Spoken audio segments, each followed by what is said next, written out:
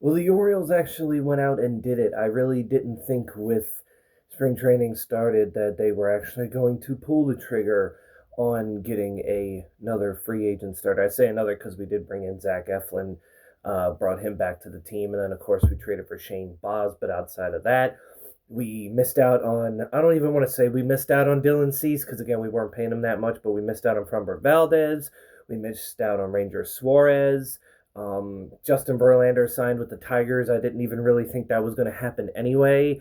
And there was circulating rumors about Zac Gallen and Lucas Giolito potentially being one of the two choices for the Orioles. But that didn't actually end up happening. The Orioles have signed former Toronto Blue Jays starter for the past 3 years, Chris Bassitt, to a 1 year deal worth $18.5 million. And I do really like this move because him and Zac Gallen to me were like the top two free agent pitchers left, and most people forget too that Chris Bassett's WAR I think was about like 4.3 or 4.4 something, whereas Zac Gallen's was 3. And I get it, Zac Gallen had more of a down year, whereas Bassitt had his normal year. ERA under 4, high threes, but still very very well pitch season. 170 innings. He still strikes out a pretty decent amount of guys. And of course, he pitched very well out of the bullpen in the postseason for the Toronto Blue Jays, allowing just one earned run in 8 2/3 innings during their World Series run. And yeah, I know it continues the trend of the Orioles signing the starting pitcher over the age of 35 to a 1 year deal because we did it in 2023 with Kyle Gibson. And hey, that one ended up working. I mean, he went 15-9, had a 4.73 ERA. So, there was that went well for us. But this is, and of course, Charlie Morton last year, I should mention, but this is different than those two, I think.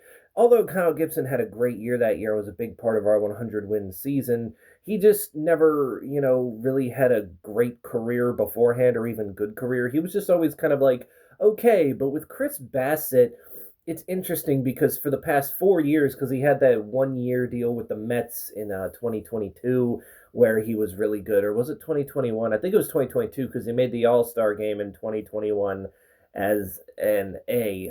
But yeah, for the past like 5 years, he's just been super, super phenomenal, only having an ERA over 4 one time, and that was in 2024, and even that was a 4.16 ERA, so not like he was terrible that year either.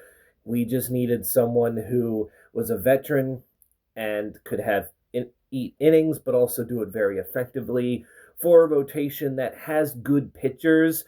But once you start getting them past 150, 160 innings, how much are they going to be limited considering Bradish is coming off of an injury along with Zach Eflin and Tyler Wells? And, you got Trevor Rogers, who I don't think has ever pitched over 130 innings, or he might have one time in his career. I know he was an all star that 1 year, but I don't think he's ever pitched more than 130 innings in a season. And you still got the young guy like Cade Povich, who, has barely pitched over 100 innings in his career. So you needed that guy that was going to be able to stabilize the rotation when it came to pitching innings.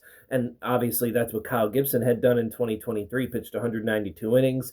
And with Chris Bassitt, you're getting about 170, 180, maybe even more innings from him, because that's another thing with him. And I know that injuries happen, but he has been a very reliable pitcher when it comes to consistently making starts and being able to start 30 plus games a year. And like I said, doing them very effectively. Plus, I do like too that since he spent the past 3 years in the AL East, that he's got familiarity there in a division that's already tough enough. As a matter of fact, I think he spent all but 1 year of his career, that year being the one he had with the Mets in 2022. He spent pretty much his whole entire career in the American League. So it's a league that he's familiar with, and he faces a lot of the same teams that he has pitched against in his career. So, yeah, I like the move. He's 36. He'll be 37 in, I think, 9 days. So, yeah, it's another quote unquote old guy the Orioles signed. But this one I actually am going into like, okay, I like this. Maybe would have tried to offer him a 2 year deal, but at the same point in time, I get it because who knows? Maybe this is the year where his effectiveness just goes down and falls flat. I mean, it was like that with Charlie Morton. He was coming off a pretty solid season when we signed him last year, and he kind of tailed off and collapsed toward the end. But also, Morton was in his 40s, so that probably had a lot to do with it too. But that's just my thoughts on the Orioles signing one day after pitchers and catchers um, get announced to go to spring training. And another thing, Jackson Holiday will probably miss opening day. He's got I can't remember what it's called, but he's got a broken bone in his hand. But he will be back.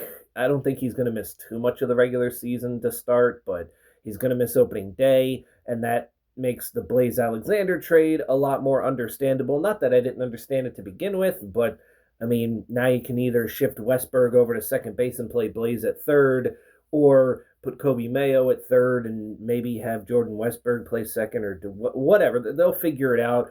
Blaze Alexander, he's a utility guy, so he can play everywhere. So again, now I kind of understand why the Orioles made that deal, especially if they knew about the injury ahead of time and knew that there was a possibility that Jackson was going to miss some time to begin the regular season. But yeah, that's it for me. Tell me in the comments below, what do you think of the move the Orioles made by signing Chris Bassitt?